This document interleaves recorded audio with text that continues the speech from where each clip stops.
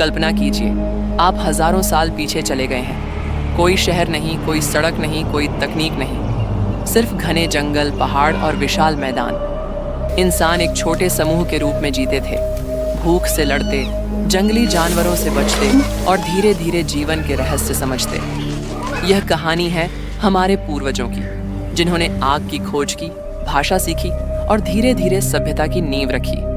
Arc की आंखें अंधेरे में चमक रही थीं। वह और उसका कबीला एक विशाल गुफा के अंदर छिपे हुए थे। बाहर घना जंगल था और हवा में शेर की गंध थी। हर रात जंगल में खतरनाक आवाजें गूंजती, भेड़ियों की हुआ हुआ, हाथियों के चिंघाड़ने की आवाज और कभी कभी दूर से सुनाई देने वाली गड़गड़ाहट, जो शायद किसी विशाल झरने की थी। आर्क और उसका कबीला शिकार करके और जंगल से फल इकट्ठा करके जीते थे। लेकिन शिकार करना आसान नहीं था।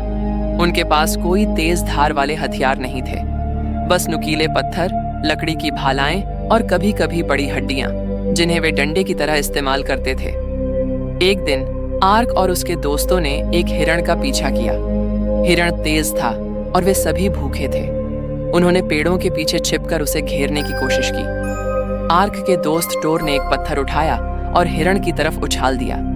पत्थर हिरण के पैर से टकराया, लेकिन वह भाग निकला। उनका कबीला छोटे छोटे समूहों में बटा था। पुरुष शिकार करते और महिलाएं फल, जड़ें और खाने योग्य पौधे इकट्ठा करती। बच्चों को देखभाल की जरूरत थी, इसलिए वे गुफाओं में रहते थे, जहां बड़े उन्हें जंगली जानवरों से बचाने के लिए तैनात रहते थे। खतरा हमेशा बना रहता था।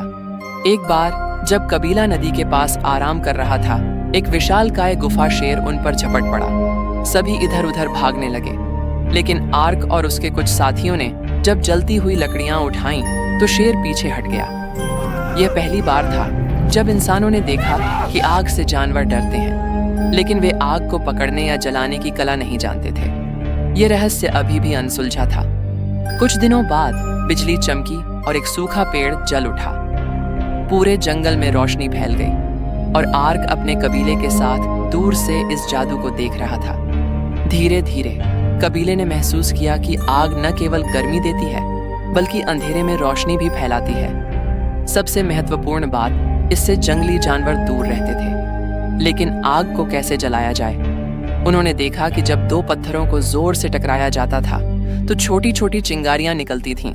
फिर उन्होंने सूखी घास और पत्तों पर पत्थर रगड़ना शुरू किया। यह आसान नहीं था, लेकिन महीनों के प्रयास के बाद आर्क ने पहली बार आग जलाई।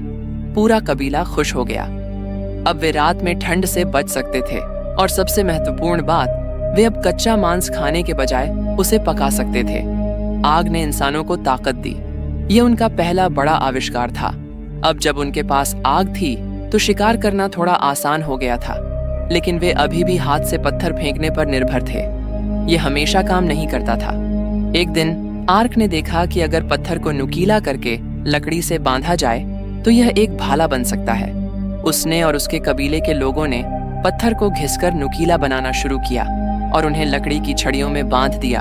अब उनके पास भाले थे। पहली बार उन्होंने एक बड़े हिरण का सफलतापूर्वक शिकार किया। ये एक बड़ी जीत थी। अब उनके पास ज्यादा खाना था और उन्होंने पहली बार महसूस किया कि मिलकर काम करने से ज्यादा सफलता मिलती है। शिकार की सफलता ने कबीले को और करीब ला दिया। लेकिन एक और बड़ी चीज बदल रही थी। वे अब ज्यादा प्रभावी तरीके से एक दूसरे से बात करना सीख रहे थे। पहले वे सिर्फ इशारों और आवाजों का इस्तेमाल करते थे, लेकिन अब उन्होंने छोटे छोटे शब्द बनाना शुरू किया। आग, भाला, शेर और पानी जैसे शब्द उनके जीवन का हिस्सा बनने लगे। धीरे धीरे यह भाषा और जटिल होती गई। अब वे कहानियां सुना सकते थे, अपने अनुभव बांट सकते थे और एक दूसरे को सिखा सकते थे। यही वह पल था जब इंसान वास्तव में इंसान बना। एक रात आर्क ने एक गुफा की दीवार पर अपनी उंगलियों से मिट्टी लगाई और एक भैंसे का चित्र बनाया। पहले तो उसके साथी हंसे, लेकिन फिर उन्होंने भी कोशिश की। धीरे धीरे पूरी गुफा उनके चित्रों से भर गई। वे अपने शिकार, जानवरों और जीवन की घटनाओं को चित्रों के रूप में उकेरने लगे। यह सिर्फ कला नहीं थी, ये उनकी यादों और कहानियों को सहेजने का तरीका था। समय बीतता गया। इंसानों ने महसूस किया कि वे सिर्फ शिकार पर निर्भर नहीं रह सकते। उन्होंने बीज बोना और पौधे उगाना सीखा। ये खेती की शुरुआत थी, अब वे एक ही जगह बस सकते थे, गुफाओं के बजाय झोपड़ियां बना सकते थे और अपने भोजन को संचित कर सकते थे। ये पहला कदम था गांवों की ओर। आज जब हम बड़े शहरों में रहते हैं, कार चलाते हैं और फोन का इस्तेमाल करते हैं, हमें यह याद रखना चाहिए कि हमारी शुरुआत जंगल में हुई थी। आग की खोज, भाषा और कला, यही वो चीजें थीं जिन्होंने हमें आगे बढ़ाया। हम अभी भी सीख रहे हैं, बदल रहे हैं और खोज रहे हैं, क्योंकि यही इंसान होने की सबसे बड़ी खूबी है। ये कहानी हमारे पूर्वजों की जिज्ञासा, संघर्ष और जीत की कहानी है। ये दिखाती है कि कैसे छोटे छोटे बदलाव हमें आगे बढ़ाते हैं। अगर आपको यह कहानी पसंद आई तो इसे अपने दोस्तों के साथ साझा करें और सोचें, अगर वे आदिमानव यह कर सकते थे तो हम क्या कर सकते हैं।